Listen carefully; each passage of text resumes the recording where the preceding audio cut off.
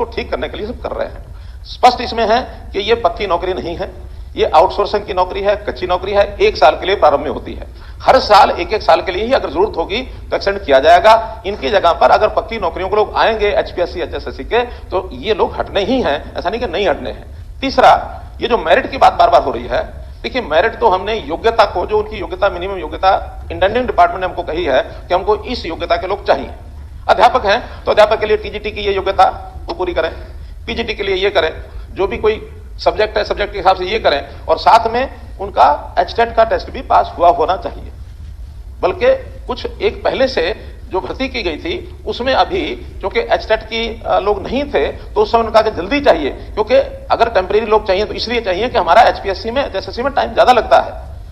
भर्ती शुरू करने के बाद 6 महीने साल भी लगते हैं, हम और आप सब पहले करते रहे हैं। ये इंडेंट के 15 दिन में 1 महीने में इनको टेम्परेरीली उनको दे दिया जाए ताकि बच्चों की शिक्षा वो यानी प्रभावित ना हो, या कोई और किसी डिपार्टमेंट का काम है वो जल्दी से हो जाए, प्रभावित ना हो।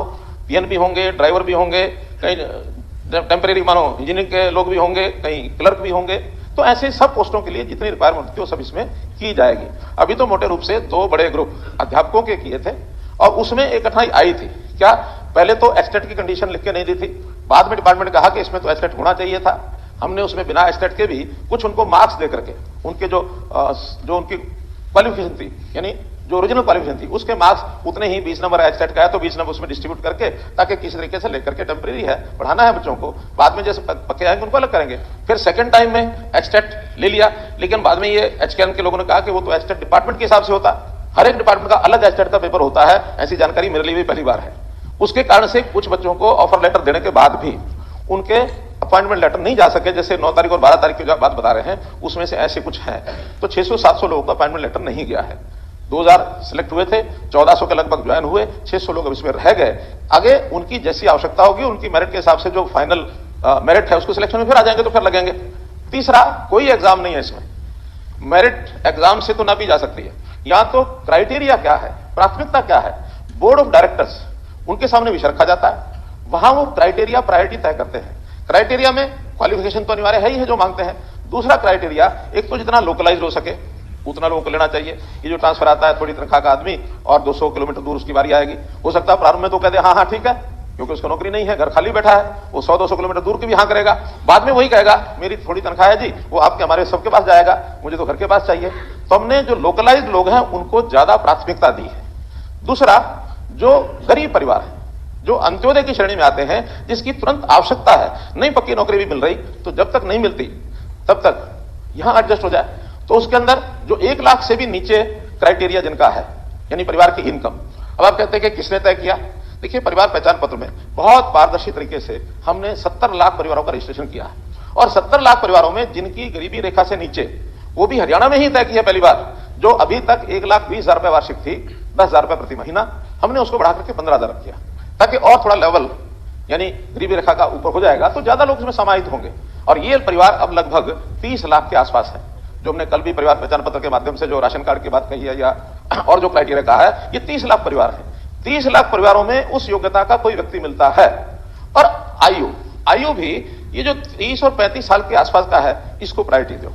अभी हमने जिले को एक इकाई माना था कि एक जिले के लोगों को प्राथमिकता दी जाए। विचार आया कि जिला भी कई बार बड़ा होता है, अब सिरसा जिला, डबवाली भी वही है और नाथुरी चोटा भी उसी में है, डिंग भी उसी में है, दोनों का मिलाकर के 80 किलोमीटर की दूरी है।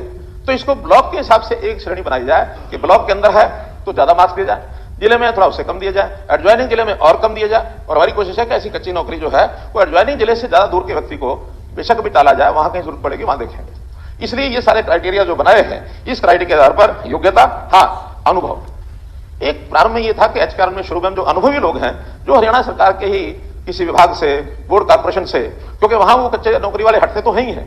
जैसे ही हमारा जोर है कि एचपीएससी की, एचएसएससी की नौकरी को बढ़ाओ, जब वो बढ़ाएंगे तो उनकी जगह जो लगे हुए हैं उनकी पोस्ट के अगेंस्ट ही है, वो हटेंगे तो उनको पहले प्राथमिकता दो, अनुभव के मार्क्स अलग से दो।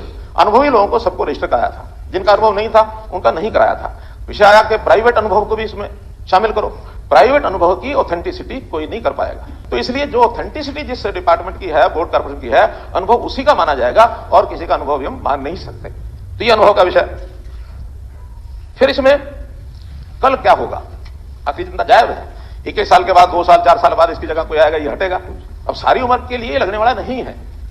हम ये कहते हैं कि अच्छा सारी उम्र की चिंता इसकी, वो तो पक्की नौकरी वाला ही सारी उम्र का उसका प्रावधान है। जो कच्ची नौकरी के, ठेकेदारी के या हरियाणा कौशल रोजगार के, इनको सारी उम्र के लिए हम कोई व्यवस्था बना नहीं सकते, ना हमारा कोई इसके अंदर कोई स्टैच्यूटरी कोई प्रावधान हो सकता कि अध्यापकों के दोनों बार जो 2074 और 2049 इन लोगों की जब उसके अंदर अवसर इनको जिनको देना था उसका क्राइटेरिया समझ करके मैंने स्वयं बटन दबाया, और स्वयं बटन दबाने के बाद दोनों बार 10-10 लोगों से मैंने फोन भी किए। एक ने कहा जी नहीं अभी तो कोई समाचार नहीं। मैंने कहा फोन बंद करो, अपना फोन में देखो उठा के तुम्हारे पास कोई मैसेज आया है, 5 मिनट बाद फोन आया, हाँ जी मैसेज आया है। तो इसलिए उनको हाथों हाथ बटन दबाते हैं, हाथों हाथ उनको मैसेज पहुंचता। मैसेज ये पहुंचता कि आप फला जगह जाकर के, हाँ आपको अपना वो डालना पड़ता, उनको अपना नंबर डालना पड़ता, फिर उनको स्कूल का स्थान पता लगता कि इस स्कूल में आप 15 दिन के अंदर जाके ज्वाइन करें। 15 दिन में ज्वाइन नहीं करता, फिर उनको मैसेज आता आपका नाम इसमें से खत्म काट दिया, क्योंकि लंबा समय का मामला नहीं है, हमने और भी नए लोगों को उसमें लगाना है। इसके बाद हमारे पास जो बहुत बड़ा डाटा वो है परिवार पहचान पत्र का। परिवार पहचान पत्र में से अब हम आगे इस क्राइटेरिया गरीबी के हिसाब से, एक छोटी बात सुन लो,